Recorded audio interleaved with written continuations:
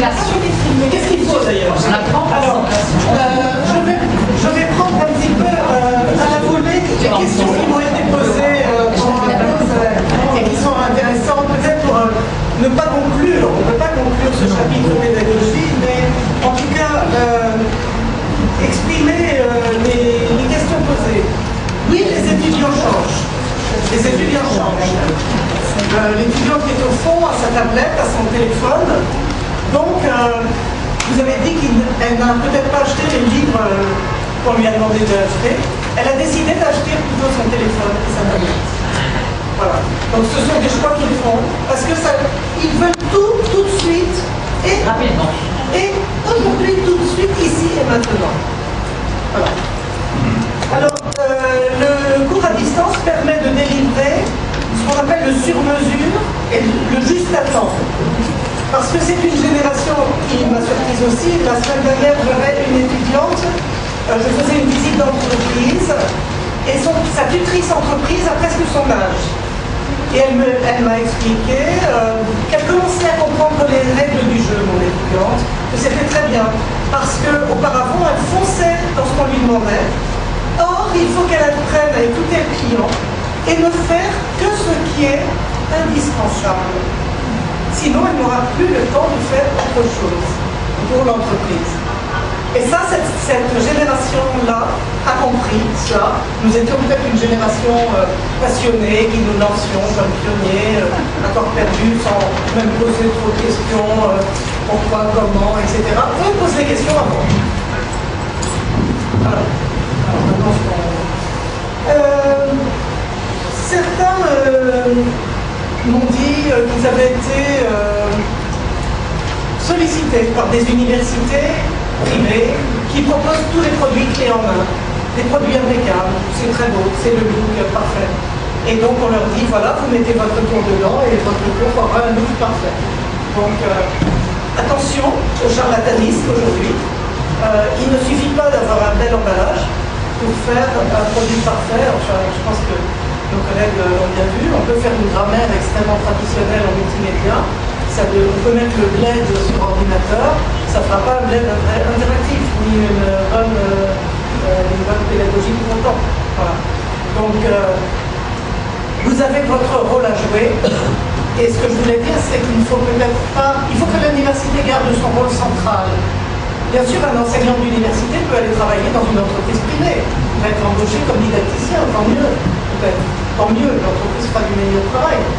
Ça n'empêche que les étudiants doivent trouver dans l'université des éléments structurants, des éléments d'organisation, capacité d'analyse, capacité de synthèse, c'est-à-dire nos fondamentaux, ils n'ont pas changé. Une autre collègue m'a fait une remarque très intéressante, une collègue de psychologie, qui je ne vois pas là, qui m'a dit, bon, au fond, j'ai l'impression que je fais tout ce qu'il faut. Parce que je structure mon cours, je donne une activité, je donne des éléments de cours, je donne des liens, et je donne, finalement, je réponds à tous mes étudiants par mail. Alors, c'est formidable d'en être là, je dirais. Simplement, au lieu de passer du temps à répondre à chaque étudiant par mail et à perdre le mail à chaque fois, c'est très bien de le mettre dans une plateforme, de rendre visible, de faire ce qu'on appelle des FAQ, Frequently Asked Questions, ou alors un forum avec une thématique qui mérite d'être débattue au sein du groupe qui va réfléchir à ça. Et puis lorsque la collègue a corrigé le travail de son petit groupe, elle peut rendre visible les meilleurs travaux, ou même un travail très mauvais, pour essayer de le commenter en équipe, pour voir ce qui peut être amélioré et ce qu'on attendait et pourquoi on a telle et telle évaluation. C'est-à-dire qu'au lieu de réinvestir tous les ans de l'énergie qui consomme un temps fou, cette énergie est concentrée sur l'amélioration du cours, tout simplement. Donc on n'a pas réinventé la vie à chaque fois.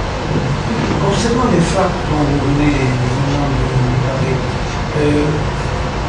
vous êtes dans un contexte où tous les étudiants sont en rapport direct avec vous.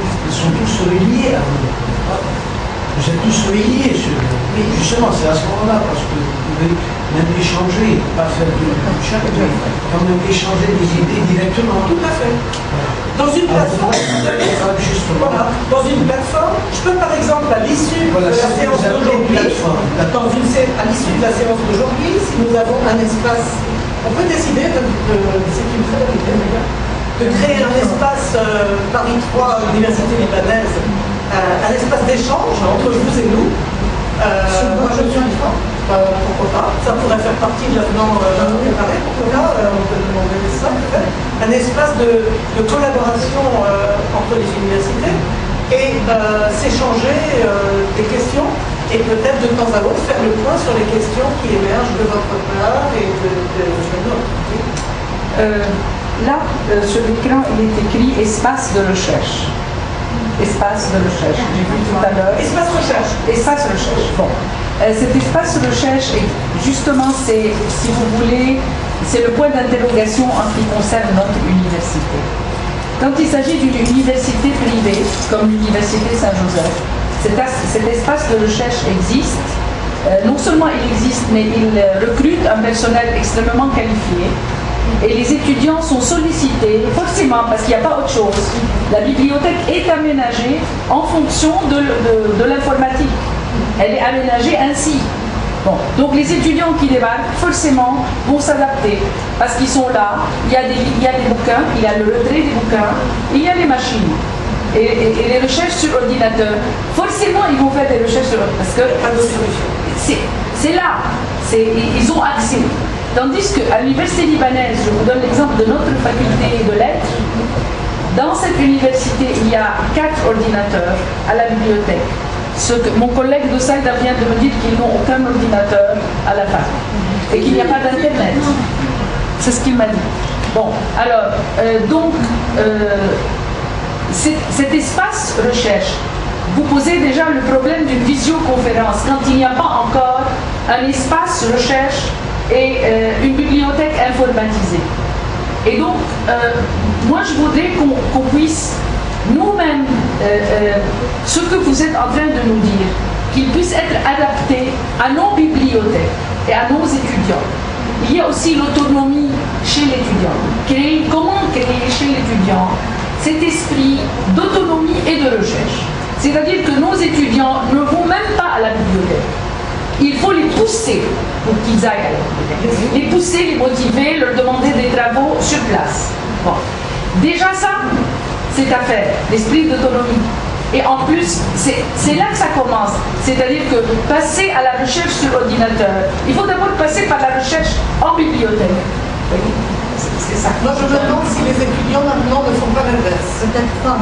Je pense que les étudiants, spontanément, vont tout de suite, quand ils ont un sujet, aller faire de la recherche. Parce que c'est plus facile. Non, parce que c'est ça. C'est accessible. La bibliothèque, c'est votre quotidien. Mais Internet, c'est leur quotidien. Ils se réveillent, ils ouvrent une paupière, c'est Internet. Donc, si vous voulez, je pense qu'il y a du chemin à faire des deux côtés. C'est pour ça que je n'ai pas renoncé à ma visite virtuelle de bibliothèque, où je leur prends la main et je leur dis voilà pour faire de la recherche, voilà comment on cherche un livre, voilà une cote, ça paraît très élémentaire, voilà une cote, voilà en lettres modernes, c'est là que vous trouverez l'information, vous trouvez un beau livre, vous trouvez des exemplaires de l'Assommoir de Zola au cinéma, c'est là, vraiment physiquement. Et puis si vous êtes dans une autre bibliothèque, ça sera encore là parce que la classification est uniformisée, etc. Voilà. Donc, je pense que le chemin est à faire des deux côtés. Alors, bon, une des réponses pour l'autonomie, organiser des travaux d'équipe, la co-construction des tâches intéressantes et faisables pour les étudiants. Si vous leur dites, allez en bibliothèque, prenez tel livre, alors certains iront, toujours les mêmes, et puis d'autres n'iront jamais, toujours les mêmes aussi. Donc, à partir du moment où vous leur donnez une tâche à faire avec un cadre précis, ils vont chercher. Google n'apporte pas tout, donc ils chercheront ailleurs. Et par contre, il faut leur donner aussi l'idée des personnes ressources. Bon, éviter la surcharge cognitive, je finis la partie pédagogique peut-être, prévoir des supports pédagogiques variés, il faut s'adapter aussi à eux, un mélange digeste de plusieurs médias. Si après tout, c'est par l'image que ça passe, vous voyez, les conduire en visite virtuelle de bibliothèque, ils y vont plus facilement que si vous leur dites il faut que vous soyez là samedi matin, tout le monde là. Moi j'en ai très peu. Et maintenant, c'est aussi un risque d'ailleurs, quand ils savent qu'ils ont cette visite virtuelle, je leur donne rendez-vous, ils ne sont pas forcément là parce qu'ils se disent on aura notre cours sur Internet. Ils font leur choix. Bon, là c'était juste un petit clin d'œil pour savoir si vous avez fait travailler les deux cerveaux. Parce que ça aussi, on n'est pas habitué à l'université. Très souvent, on fait travailler toujours le même cerveau. La rationalité, la logique. Où est le travail sur l'émotionnel? Et justement, en formation à distance, c'est primordial. C'est-à-dire que la première cause d'abandon, c'est la démotivation, le découragement. Et nous, on ne sait pas travailler là-dessus. Justement, on travaille toujours sur « Ah, vous n'avez pas fait votre travail, écoutez, il faut c'est il faut ou alors « Ah, on va essayer de vous aider ». Mais on les aide encore en faisant travailler le même côté. Donc bon, c'était simplement un petit clin d'œil sur le fait de bien penser à faire travailler. Oui, c'est un peu... Justement, au départ, quand on parle d'Internet, en fait, c'est venu avec les multimédias. Il y a beaucoup de plateformes de formation à distance, d'enseignement à distance, où il n'y a que de l'écrit. Il y a A à Z, il n'y a que de l'écrit. Ça, c'est pas des multimédias, c'est pas de l'apprentissage, c'est pas de l'enseignement à distance, c'est démotivant. C'est pourquoi il faut que, bon, vous nous avez montré le premier exemple, on voyait que des cours, on voyait que des textes. Ça, c'est ennuyant, ça démotive les apprenants. En même temps, c'est meilleur qu'un fichier Word. C'est déjà plus lisible. Oui. On retient mieux. Il y a des matières où il faut apprendre. On ne va pas faire l'économie. On ne va pas dire aux étudiants maintenant il n'y a plus rien à apprendre. On n'est pas là pour ça non plus. Donc il y a des matières où il y a quand même des noyautures de choses à apprendre. Et c'est pas seulement avec des dessins, avec des choses flashy. Oui, mais il faut simplifier, il faut schématiser. Voilà. Chaque fois, il faut mettre des schémas, des tableaux En littérature, il y a des éléments. L'introduction à la rhétorique ou de la dissertation, il y a quand même des choses à apprendre et c'est pas forcément par l'image qu'on va y arriver. Voilà. Donc c'est pas, on se lance des défis relativement complexes. Je voudrais juste ajouter une chose, parce que l'infographie maintenant, c'est justement ce moyen de faire parvenir un maximum de connaissances par le moyen de schémas, de dessins, etc. Donc des choses même très sérieuses. Maintenant, ouvrir son cours tout le temps comme ça c'est peut-être pas possible, comme je le dis. Mais sûrement, c'est toute une nouvelle maintenant science, si vous voulez, une spécialité universitaire qui laisse l'infographie. On apprend à traduire un texte par des dessins, par des schémas, par des pictogrammes, par etc. On a parlé de la professionnalisation des étudiants et j'avais une discussion en aparté avec les étudiants qui sont au fond. Et vous voyez à quel point elles sont multitâches. Elles écoutent en même temps. Bon, maintenant, si je fais une interro, on verra, mais elles écoutent en même temps. Nous, on disait une chose à la fois.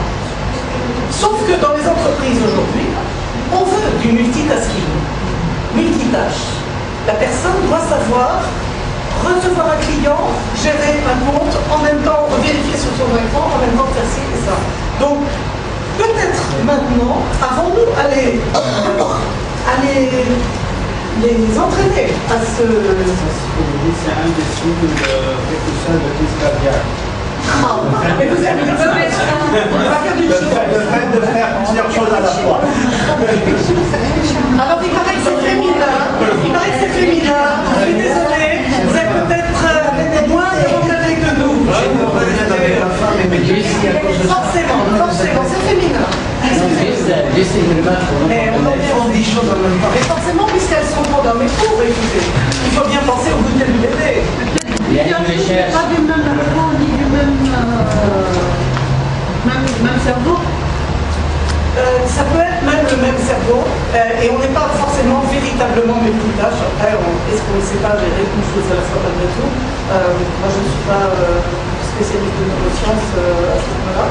Mais je pense que de toute façon, aujourd'hui, même nous enseignants, on nous demande, Madame Berry est en train de penser à ses maquettes en même temps qu'elle pense au budget, en même temps qu'à la technologie pour que ça soit dans le sac à côté, et en même temps que vous, en tant que groupe, etc. Aujourd'hui,